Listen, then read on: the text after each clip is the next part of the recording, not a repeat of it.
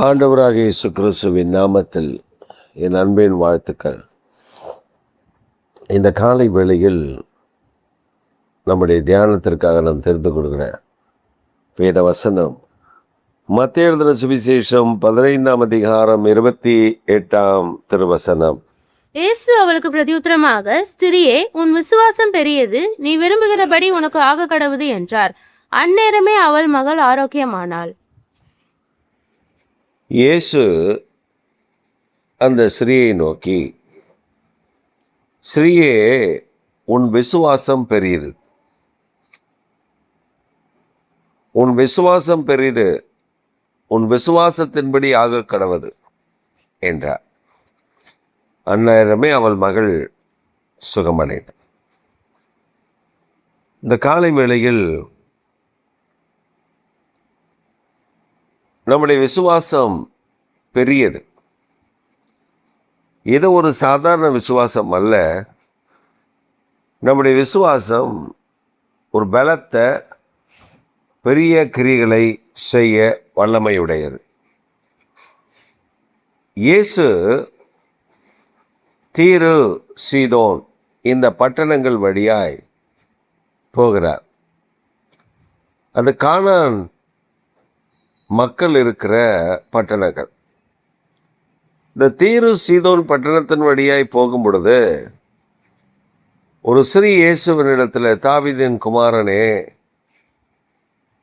எனக்கு இறங்கும், என் மகள் ஒரு கொடிய அசுத்த ஆவியினால் பிடிக்கப்பட்டிருக்கிறார் என்று சொல்லி இயேசுவினிடத்தில் அவளுடைய விடுதலைக்காக வருகிறார். இயேசு பதில் ஒன்றும் சொல்லவில்லை. மாறாக அவர் அமைதியாக போகிறார். அவள் பின்னும் கூப்பிட்டு கொண்டே வருகிறார். அவள் பின்னும் கூப்பிட்டு கொண்டே வருகிறார். இயேசு அவளை பார்த்து, சீஷர்கள் சொல்லுகிறார்கள் இயேசுவினிடத்தில், இயேசுவை நம்ம பின்னாடியே வர்றாளே, அவளை அனுப்பிவிடக்கூடாதா? இயேசுவும் அவளை திரும்பி பார்த்து, காணாமல் போன ஆட்டை தேடி நான் வந்திருக்கிறேன். அப்பத்தை எடுத்து எப்படி நாய்க்குட்டிக்கு போட முடியும்? அதுக்கு அந்த கானானியை சொல்ற, மெய்தான் ஆண்டவரே, மெய்தான். ஆனால் எஜமானுடைய மேஜையிலிருந்து விழுகிற துணிக்கைகளை நாய்க்குட்டிகள் தின்னுமே. நாய்க்குட்டிகளுக்கு மேஜையில் சுற்றி வச்சிருக்கிற அப்பதம் வேண்டாம், அந்த மேஜையிலேருந்து விழுகிற துணிக்கை போதும். இதை இஸ்ரவேலில் ஒரு பெரிய பழக்கம் இருக்கிறது. என்ன பழக்கம்னா, இஸ்ரவேலில் சாப்பிடும் பொழுது அந்த அவங்க மேஜையில் உட்காந்து சாப்பிடுவாங்க. அது ஒவ்வொரு வித்தியாசமான இருக்கும். அப்படி உட்காந்து சாப்பிடும்போது அவர்கள் சாப்பிட்டு முடித்த பின்பு, அதாவது அவங்க இஸ்ரேல் ஜனங்கள் சாப்பிடுகிற மெத்தட் நம்ம ஒரு மெத்தடு தான். அப்போ ஆணம், அதாவது கறி சால்னாவோ அல்லது அதுக்கு பல பெயர்கள் சொல்கிறாங்க. அது கிரேவி. நம்ம சொல்கிறதுனா, ஸ்டார்டர் சொல்கிறதுனா அது கிரேவி. அது ஒரு மாட்டு கறியில் இருக்கலாம், ஆட்டில் இருக்கலாம், அப்படி அந்த மாதிரி இருக்கிற கறியில் ஆணம் செஞ்சு அதை அப்பத்துக்கு கொடுப்பாரு. அப்போ அவர்கள் நன்றாக சாப்பிட்டு முடிச்சுட்டு அந்த கையில் ஒட்டியிருக்கும், அந்த கிரேவிலாம் கையில் இருக்கும். அதை என்ன பண்ணுவாங்கன்னா, சப்பாத்தி மாதிரி, ஆக்சுவலாக சப்பாத்தி தான். சப்பாத்தினா மொத்தமாலாம் இருக்காது, மெலிசா சப்பாத்தி மாதிரி ஒரு அப்பத்தை அப்பம் மாதிரி இருக்கும். ஆனால் அது சாப்பிட்றதுக்குரியது. அவங்க சாப்பிடப்பட்டாங்க. அதை என்ன பண்ணுவாங்க, பிளேட்டில் இருக்கும், அதை எடுத்து அந்த கையை துடைப்பாங்க. அந்த இதில் ஸ்கின்ல துடைச்சிட்டு அதை தூக்கி போட்டுருவாங்க. இதுதான் அவர்களுடைய மேடை. அவர்களுடைய டேபிளை சுற்றி ஜனங்கள் இருப்பாங்க. ஏழைகள், பிச்சைக்காரர்கள் அவங்க காத்து கிடப்பாங்க. அப்படி அவங்க அந்த சாப்பிட்டு முடிச்சுட்டு கையை துடைச்சிட்டு அப்படி தூக்கி போடுறது தான் அவங்க பசி ஆறுவாங்க. என்ன பசங்க நீங்கள் இன்னும் பார்த்த மாதிரி சொல்கிறீங்களே அப்படின்னு நீங்கள் கேட்குறது எனக்கு புரியுது. நீங்கள் வேதத்தில் பார்த்தீங்கன்னா ஐஸ்வர்யவான் ஒருவன், அவருடைய வீட்டில் அருகில் லாசர் என்பவன் இருந்தான்.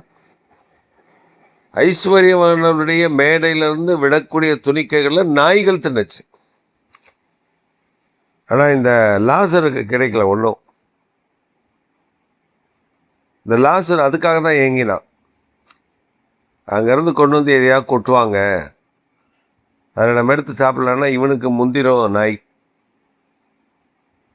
அப்போ அங்கே வேதம் என்ன சொல்லுகிறது, அந்த கானானிய ஸ்திரீயை பார்த்து சொல்லுகிறார், அவ மேஜிலிருந்து விடக்கூடிய துணிக்கைகளை நாய்க்குட்டிகள் தின்னுமே, உன் விசுவாசம் பெரிது, உன் விசுவாசத்தின்படி ஆக கடவுள். அவ பெண் சுகமடைந்தாள் என்று வேதம் சொல்லுகிறது. நம் ஆண்டவரிடத்தில் ஆர்கியூ பண்ணுவதற்கு அல்ல, மாறாக உரிமை கொண்டாடுவதற்கு, அவரிடத்தில் உரிமையோடு கூட கேட்பதற்கு, தேவனுடைய திட்டத்தின்படி அவரிடத்தில் உரிமையாய் நம்ம கேட்கணும் காரியங்களை. வசனம் இப்படி சொல்லுதே, நீங்கள் இப்படி சொல்லியிருக்கீங்களே, இதை எனக்கு தாங்க, இதில் ஒரு அற்புதம் நடக்கட்டும். இயேசுவின் இடத்துல அவர் என்ன பார்ப்பாரு, அவர் என்ன கேட்பாரு, அவர் என்ன நம்மகிட்ட எதிர்பார்ப்பாருன்னா, பிச்சைக்காரில் போய் நிற்கிறதில்ல, மாறா பிள்ளைகளைப் போல போய் உரிமையாய் நிற்க எதிர்பார்ப்பார். இது என் பிள்ளை இல்லை, என் மகள் இல்லை, என் மகன் இல்லை அப்படின்னு எதிர்பார்ப்பார். நாம் என்ன செய்வோம் அப்படின்னா, அவர் பரலோகத்தில் இருக்கிறார், நான் பூமியிலே இருக்கிறேன், அப்படி என்ன அந்த எண்ணம் தான்.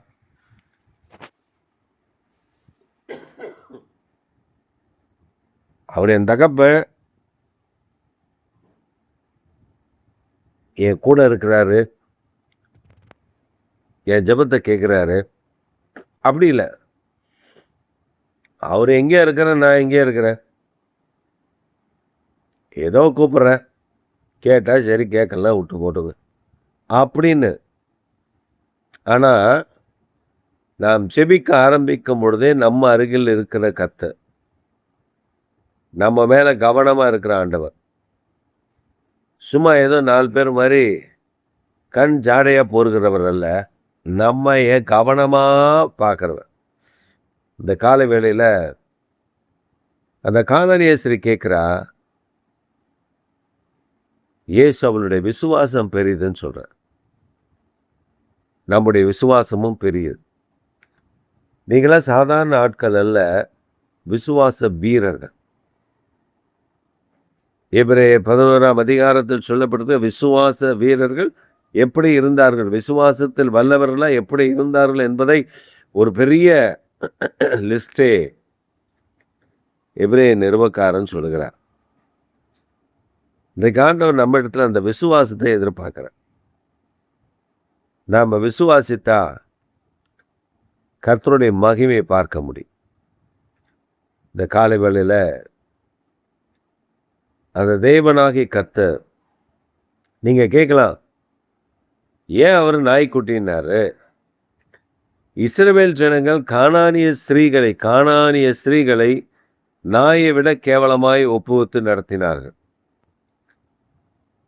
அவருடைய கம்பேரிசனில் இவர்கள் நாய் கொஞ்சம் உயர்ந்த நிலைமையில் இருந்துச்சு. அதனால தான் இயேசு அவர் யூதர்கள் பாணியில் அவர்கள் என்ன சொல்லுவார்களோ அதை சொல்லி அந்த கட்டுகளை உடைத்து அந்த கானானிய பெண்ணை ஆசீர்வதித்தார். அதனால இந்த காலை வேளையில் நம்முடைய விசுவாசம் பெரியது. புறஜாதியாய் கிடந்த நம்மை தேடி வந்தாரே, நம்முடைய விசுவாசம் பெரியது. உங்கள் விசுவாசம் பெரியது. நீங்க சொல்லுங்க, உனக்குள்ள இருக்கிற விசுவாசம் அது பெரியது. இன்றைக்கு ஆண்டவர் ஒரு அற்புதத்தை நமக்கு செய்ய போகிறார். நாம் பெற்றுக்கொள்ள போகிறோம் என்று சொல்லுங்கள். உங்கள் வாழ்வில் பெரிய காரியங்களை காண்பீர்கள். ஆமென், ஆமென்.